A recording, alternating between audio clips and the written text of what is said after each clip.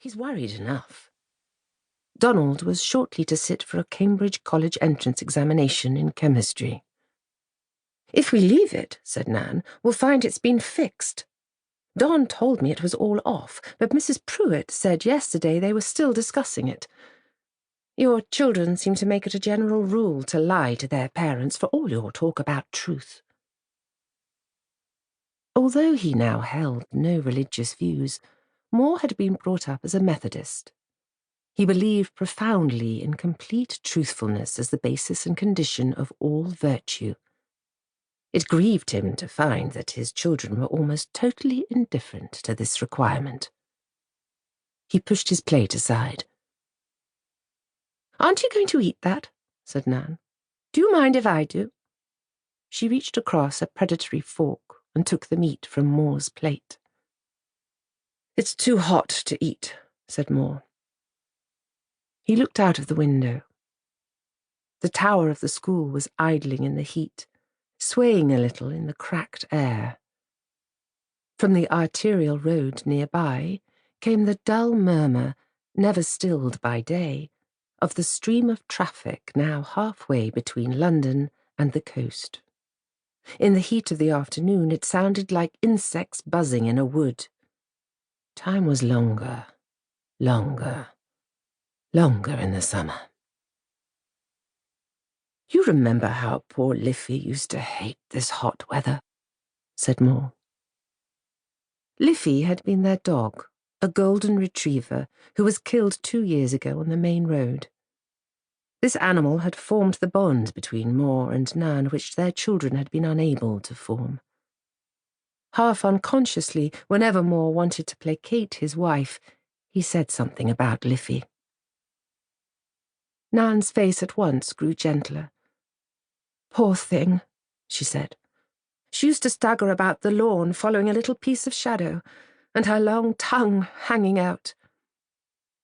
"I wonder how much longer the heat wave will last," said Mor. "In other countries," said Nan, "they just have the summertime. We have to talk about heat waves. It's dreary." Mor was silent while Nan finished her plate. He began to have a soporific feeling of conjugal boredom. He stretched and yawned and fell to examining a stain upon the tablecloth. "You haven't forgotten we're dining with Demoit tonight." Demoit was the former headmaster of St. Bride's, now retired, but still living in his large house near to the school. The Mors had continued their custom of dining with him regularly.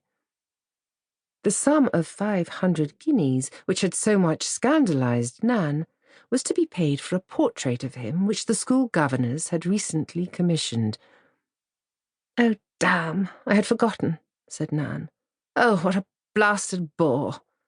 I'll ring up and say I'm ill." "You won't," said Mor. "You'll enjoy it when you're there." "You always make that futile remark," said Nan, "and I never do. Will there be company?" Nan hated company. Mor liked it. "There'll be the portrait painter," said Mor. "I gather she arrived yesterday." "I read about her in the local rag," said Nan. "She has some pathetically comic name." "Rain Carter," said Mor.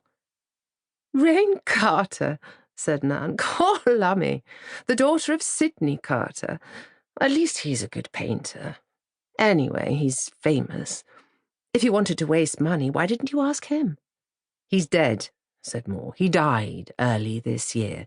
His daughter's supposed to be good, too." "She'd better be at that price," said Nan. "I suppose I'll have to dress. She's sure to be all flossied up.